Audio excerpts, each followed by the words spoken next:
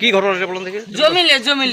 জমিটা চলছে 7 সাল থেকে মামলা চলার পরে আমরা একবার রায় পেলাম, আবার একবার রায় তিনবার পাইছি। 3বার পাওয়ার পরে এই জমিটা আবার ও আবার টেরো সার ওখানে আবার লিখিত দিচ্ছে যে ওই জমিতে আমরা যাব না। ওখানে সাক্ষী আছে, 5 চেয়ারম্যানের সাক্ষী আছে, মুকুল চেয়ারম্যানের সহ সাক্ষী আছে, আমার লেখা আছে, কাগজ আছে আমার কাছে। আমরা রায় পাইছি, রায় পাওয়ার পরেও তারা বারবার জমিতে নাপতিছে, আবার আমরা রায় পাচ্ছি, আবার আপিল করতেছে। এই করার পরে ও জমিতে ও কালকে হাল ঢুকাইছিল, আমরা কালকে মানা করছি, আজকেও আবার গেছে, আজকে নিষেধ করতে গেছে, তখন ওকে ধরে একদম করে এরকম মোটা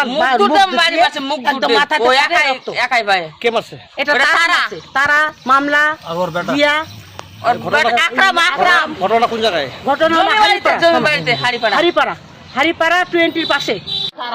তারার বেটা আকরাম দৌড়ে আসছে ওকে মারার জন্য, ওরা সবাই ই করছে, তারার বেটা মারে ওই আকরামকে পিটাই দিল, পিটাই দিয়ে ওই যে মামলা আর জোনহাকির বউটার নাম কি যে, এগুলো সবাই ওদেরকে যুক্তি করে ধরে মারার জন্য রেডি হয়েছে। আমরা দৌড়ে আসে দেখতেছি যে তারা রেডি হয়ে আছে।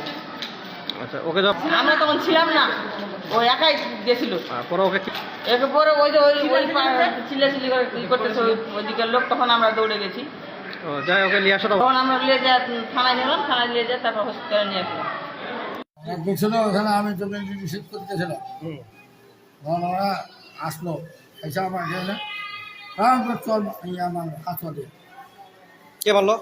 তারা ও আসতেছে ওই টুনু, আর আমাকে দেখে দেখে গালাগালি করতেছে ও।